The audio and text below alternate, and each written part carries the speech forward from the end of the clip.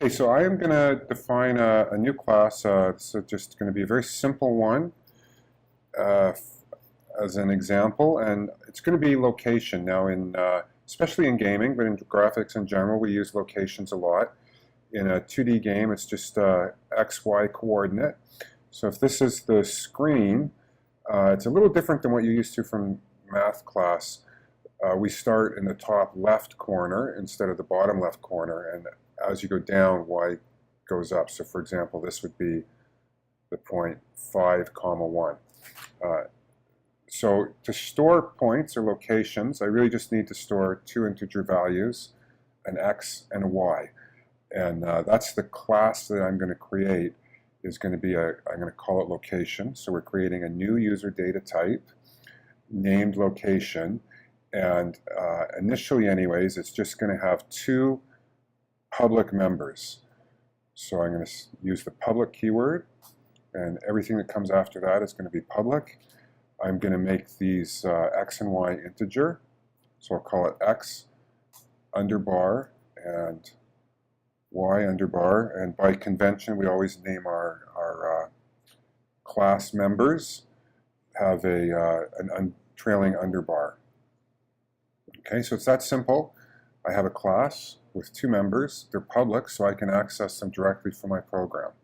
So here in my main program, I'm going to create a point, which is a type of location.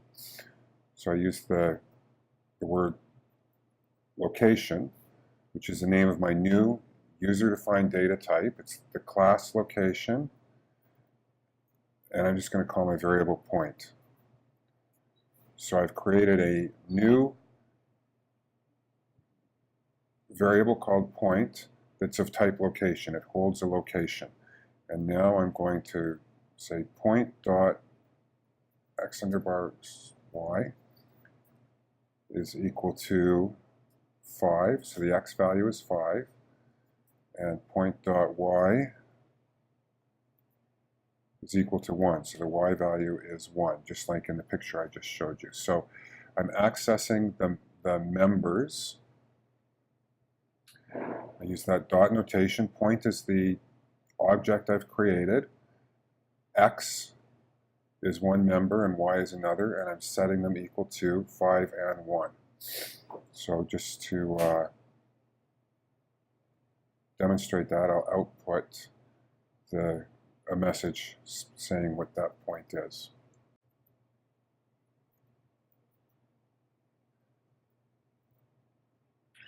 Okay, so I've constructed a print statement that says the point is at, and then I say point dot comma x and point dot y. So I'm printing out the x member and the y member of that point. Okay, so I'm just going to build this and run it. And there it is. So we've just created a new data type. That's all a class is.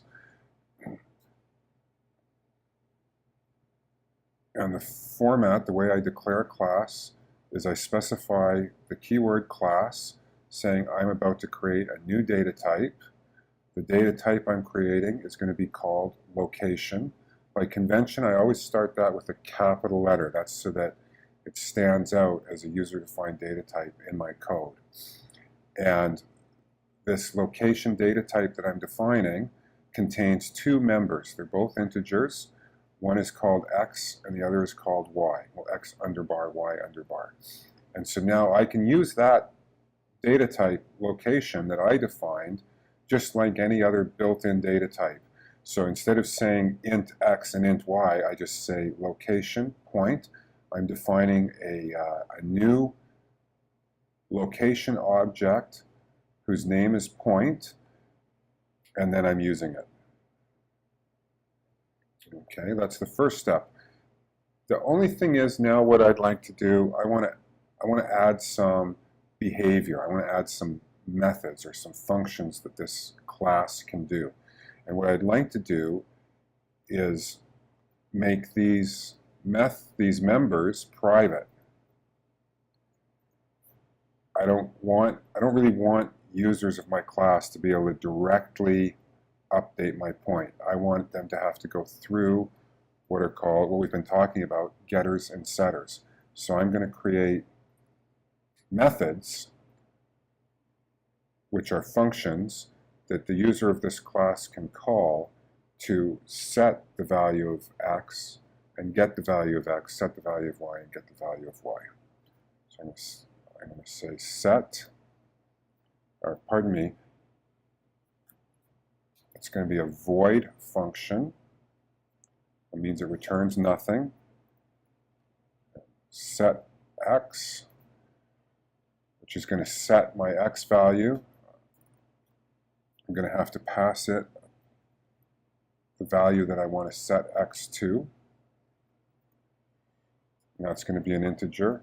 And then all that function is going to do is set my x underbar, my member value, to the value that the user passed in.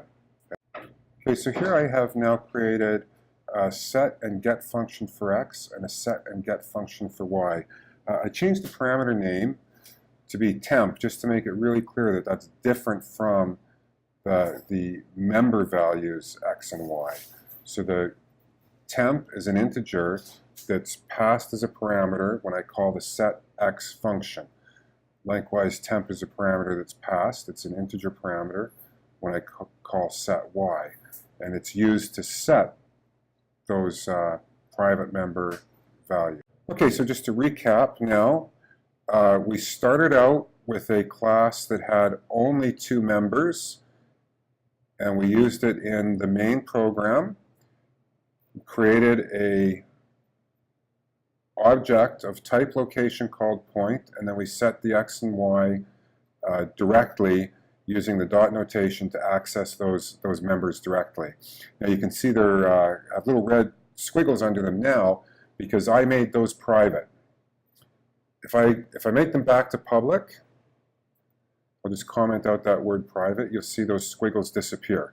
So the reason why they're there is because I've made them private, which means they're not accessible outside of the class. So I'm going to have to now use the set functions.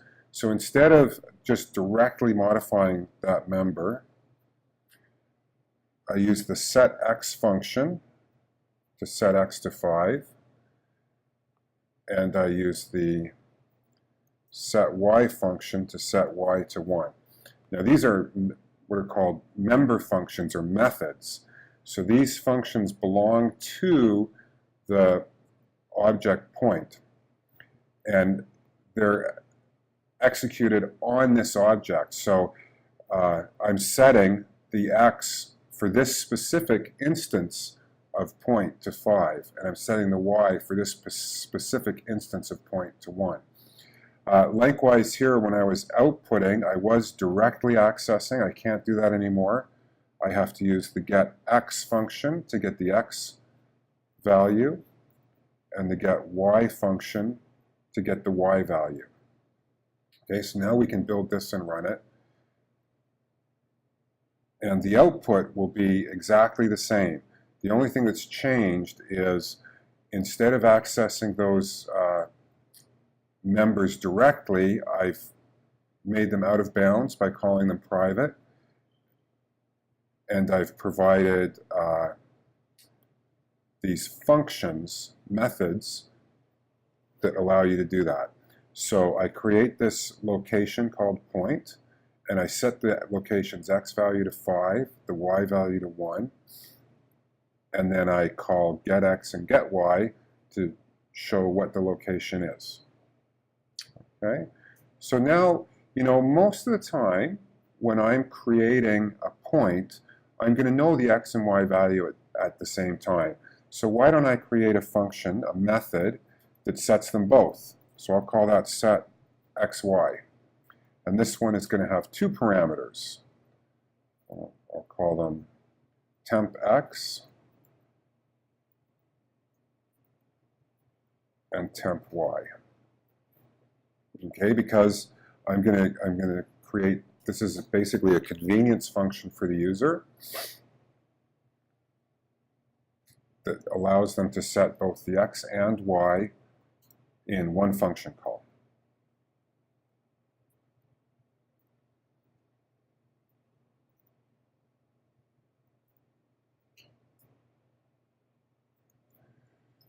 Okay, so there it is.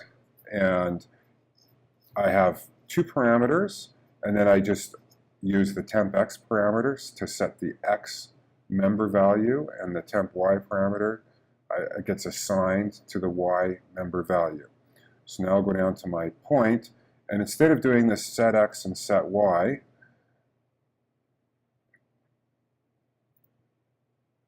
I can do set xy 5, 1.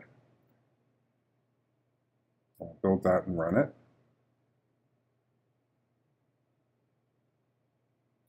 And the point is at 5, 1. Okay, let's do a couple more things. So I've set it to 5, 1. Let's say my object has moved, and I want to change that. So I'm going to call set again, and this time I'll say it's moved to 15, 10. And I'm going to call set xy again to move it. So I'm going to set the x and y values of this point to be something different. And then I've just cut and paste that same output statement that's going to say where that point is. So this time I'll have two output lines.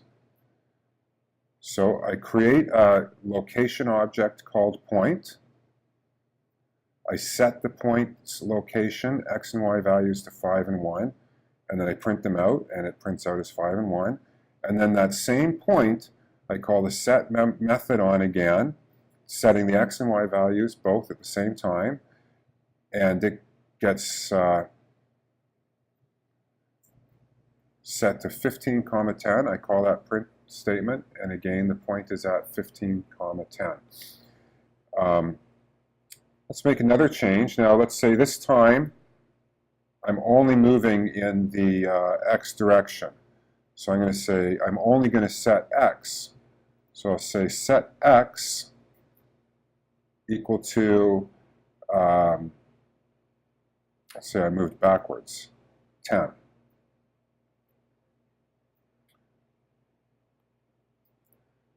Okay, and I'm going to do my print statement again.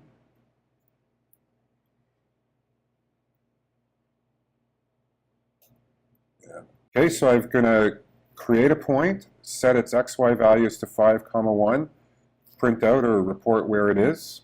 Then I'm going to change its xy to 15, 10, print out where it is. And then I'm going to change just its x value and print out where it is. So you'll be able to see that I can use either one of these methods to modify depending on what I want to modify. Okay, so 5, 1 and 15, 10, just like before. Point.setX10. And the x value, 15, gets changed to 10, and it's now at the 10, 10 location. Okay, so that is some examples of using setters and getters. Actually, we could also create another function rather than get, say, a getter would return a value. So I can return an x value, I can return a y value. If I wanted to return both x and y, I would have to return it as something that can hold two values, so as another location. So I'm not going to do that, but it might be handy to have a display point function. Okay, so that's going to be void. It's not actually going to return anything. I'll say display location. And I'm going to make it const. Just as a recap, remember const says that this function isn't going to change the object. So get x, it just tells me what x is. It doesn't change x. Lengthwise get y, it just tells me what y is. It doesn't change y. When I execute the get x method, I can give this const guarantee. I'm guaranteeing that I'm not going to change any of the values of that object. The object's going to be exactly the same after I run that as it was before. So putting that const keyword there, so I'm giving whoever's using this function a guarantee that it's not going to change the value of any part of that object. And I can do that for get y and get x because they don't. And I can also do it for display location because I'm not going to change location.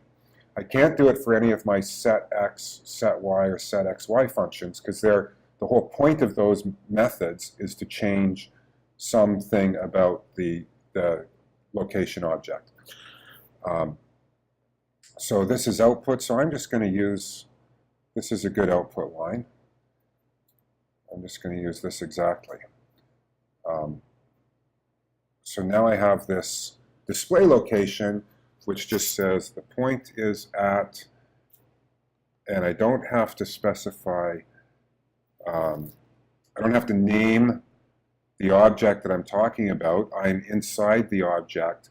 This is a method for the object so it knows I'm talking about it. It's not ambiguous.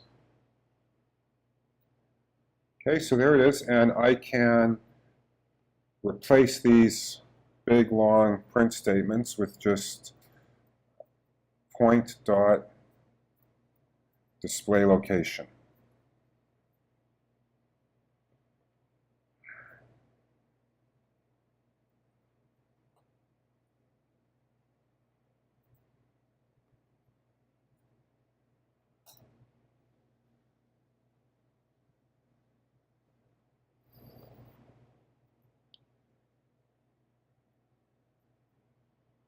Okay, I've reformatted.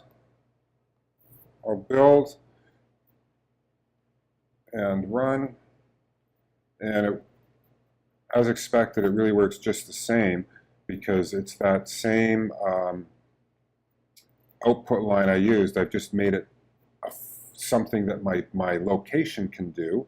So my point knows how to say where he is or she is with this display location method. So now I have, I've created a user-defined data type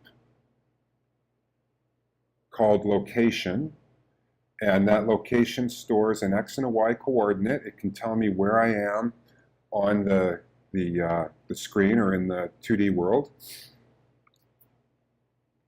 And we started out with just that. So just having these x and basically having a location be an x and y value and having to access that x and y value directly. Then I made that private so that you can no longer directly access that x and y value. You have to go through method functions, so things that the object can do. So that object can do any of these method functions. These are things it can do. So it can set its x and y value. It can set just its x value. It can set just its y value. It can get or return just its x value. And it can get or return just its y value. And then it can also display its location. So it can format a print statement and write the standard out a message saying the point is at, and then the point in point notation. Okay, so that's going through a really fairly simple class. It just has two members, and we started off with only two members and no methods. Then we moved those members into the private section so that they couldn't be accessed from outside the class. And we provided a bunch of members that could be used to access and set those points. And that's it for that example.